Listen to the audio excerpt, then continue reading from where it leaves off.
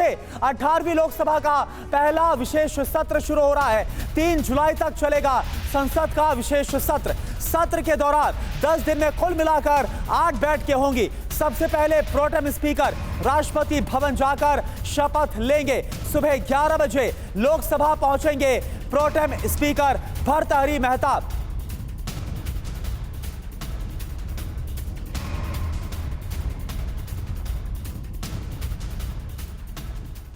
हालांकि आपको बता दें कि देखिए, संसद में शुरुआत से ही टकराव के आसार हैं, ये सोर्सेज बता रहे हैं, क्योंकि प्रोटेम स्पीकर के नाम को लेकर, भर्तृहरि महताब को लेकर सहयोग नहीं करेगा विपक्ष। ये लगातार बयानों में भी हमने देखा। सहयोग के लिए 3 सांसद चुने गए थे। प्रोटेम स्पीकर के चुनाव से इंडिया अलायंस के सांसद बेहद नाराज हैं। सोर्सेज के हवाले से खबर।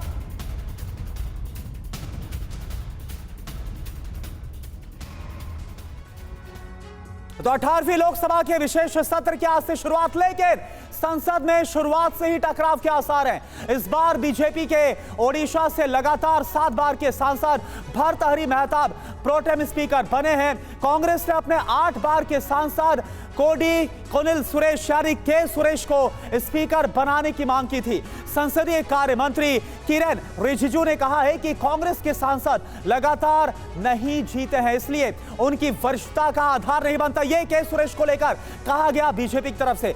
सोर्सेज से खबर है कि विपक्ष प्रोटेम स्पीकर का सहयोग बिल्कुल भी नहीं करेगा। यही वजह है कि आज पहले दिन से ही भारी टकराव के आसार बनते हुए नजर आ रहे हैं। और अब आपको प्रोटेम स्पीकर से जुड़ी अहम जानकारियां दे देते हैं। दरअसल यह आपको बता दें कि सदन के वरिष्ठतम सदस्य की जो पद पर वो प्रोटेम स्पीकर को बैठाया जाता है, उनको चुना जाता है, चयनित किया जाता है। लोकसभा की कार्यवाही के लिए बेहद आवश्यक होता है। प्रोटेम स्पीकर सत्र के पहले दिन राष्ट्रपति के सामने शपथ लेते हैं।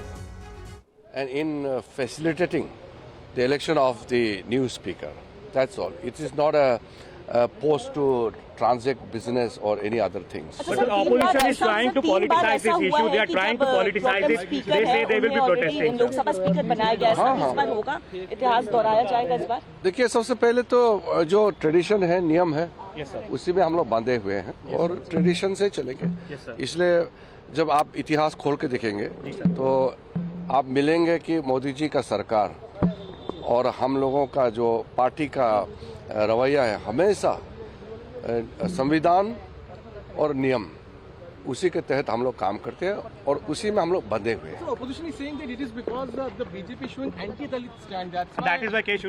हाँ, ये सब इशू नहीं है, तो जो इशू नहीं है उसको इशू के रूप में चर्चा भी नहीं करना चाहिए।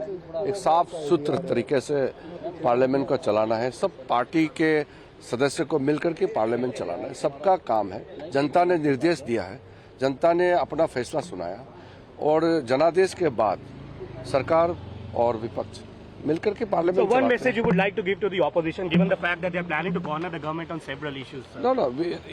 Right now, let us begin our new parliament session, the 18th Lok Sabha, in a positive note. Okay. Thank you for speaking to us. So that was Kiren Rijiju. तो आप देखिए, तो संसदीय कार्य मंत्री किरेन रिजिजू को आप सुन रहे थे, जो भर्तृहरि महताब को लेकर इस वक्त विपक्ष की तरफ से विरोध है। इसी पर रिपोर्टर्स भी सवाल पूछ रहे थे उनसे। अब देखिए, मेरे साथ इस वक्त 3 सहयोगी आपको नजर आ रहे हैं। हमारे संवाददाता आमोद राय इस वक्त संसद भवन से लाइव है और इसके अलावा मेरे सहयोगी विजय चौक से रवि मिश्रा आपको नजर आ रहे हैं जो कि लाइव है, और संसद भवन से रजनीश रंजन भी लाइव है। आमोद, देखिए, बड़ा सवाल यही, और यही सवाल किरेन रिजिजू से ही पूछा गया। आज पहला दिन है विशेष सत्र का, लेकिन भर्तृहरि महताब को लेकर विपक्ष की तरफ से विरोध जताया जा रहा है।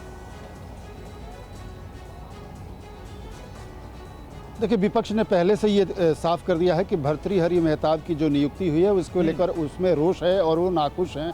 उनका सिंपल मान था कि के सुरेश जो 8वीं बार के लोकसभा सांसद हैं, सीनियर मोस्ट हैं, तो उनको बनाया जाना चाहिए था। जबकि सत्ता पक्ष की तरफ से ये कहा जा रहा है कि कंसेक्यूटिव टर्म में अगर देखें तो 7 बार लगातार जीतने का रिकॉर्ड सिर्फ भर्तृहरि महताब का है, इसलिए उन्होंने बनवाया है, ये इस पद पर बिठाया है। लेकिन सबसे महत्वपूर्ण बात यहाँ ये है कि दोनों की अपनी अपनी दलीलें हैं। पार्लियामेंट के पास कोई ऐसा ठोस नियम या कानून नहीं है जो ये कहता हो कि 7 बार का एमपी नहीं बन सकता, 8वीं बार का एमपी ही बनेगा।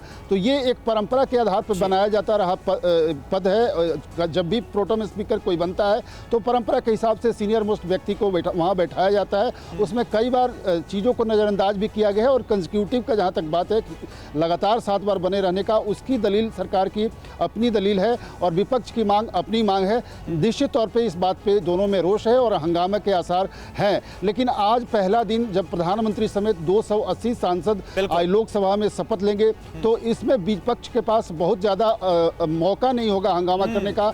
लेकिन हाँ, शुरुआती समय में संसद के परिसर में, संसद के बाहर इन सब विषयों पे हंगामा जरूर देखने को मिल सकता है। रवि बिल्कुल। और देखिए रवि भी हमारे साथ विजय चौक से जुड़े। रवि, जिस तरह से आमोद जी की तरफ से कहा गया, क्या बवाल देखने को मिल सकता है? क्योंकि ये कहा जा रहा है विपक्ष की तरफ से, इंडिया अलायंस की तरफ से, कि भाई परंपरा तोड़ी गई। के सुरेश 8 बार के जीते सांसद है, लेकिन भर्तृहरि मेहताब 7 बार के जीते हुए हैं। करुणा, देखिए, पहले ही अगर कहें कि पहले ही कदम से विवाद और विरोध शुरू हो गया तो ये गलत नहीं होगा। आप भी बता रहे थे और मैं चाहूंगा इसमें एक इंफॉर्मेशन और जोड़ दूं। देखिए, जब प्रोटेम स्पीकर के लिए बीजेपी ने भर्तृहरि मेहताब का नाम आगे किया तो 5 सांसदों को राष्ट्रपति ने पीठासीन अधिकारी बनाया था, जो कि मेहताब की मदद करेंगे इस पूरी अवधि में जब तक स्पीकर चुना जाएगा। इसमें देखिए 3 जो थे वो इंडिया अलायंस के लोग थे और 2 सांसद जो थे वो एनडीए की तरफ से। 3 कौन से थे? इसमें के सुरेश, जिनको प्रोटेम स्पीकर बनाना चाह रही थी इंडिया ब्लॉक चाह रहा था, वो भी शामिल थे, और सुदीप बंदोपाध्याय टीएमसी के और टीआर बालू डीएमके के, और इसके अलावा राधा मोहन सिंह, फग्गन सिंह कुलस्ते, जो कि एनडीए की भाजपा की तरफ से शामिल थे। लेकिन अब देखिए टकराव कैसा है कि अब विपक्ष के जो तीनों सांसद थे 22 जून को उन्होंने इस नियुक्ति से, मतलब ये प्रोटेम स्पीकर की नियुक्ति के विरोध में इस कमिटी से ही अपना नाम वापस ले लिया। यानी राष्ट्रपति ने इनको नियुक्त किया, एक तरीके से इनको जिम्मेदारी दी कि प्रोटेम स्पीकर को अपनी जिम्मेदारियां निभाने में वो मदद करेंगे। लेकिन इन तीनों लोगों ने अपना विरोध जताते हुए उस कमिटी से या उस सदस्यता से ही वापस अपना नाम ले लिया है। यानी अब बीजेपी के ही 2 लोग रहेंगे प्रोटेम स्पीकर की मदद के लिए। देखिए, ये अपने आप में संकेत है कि प्रोटेम स्पीकर से अभी कहानी शुरू हुई है। आज प्रोटेम स्पीकर को शपथ दिलवाएंगे राष्ट्रपति, वो राष्ट्रपति भवन जाएंगे और वहां से फिर वो संसद का रुख करेंगे और आगे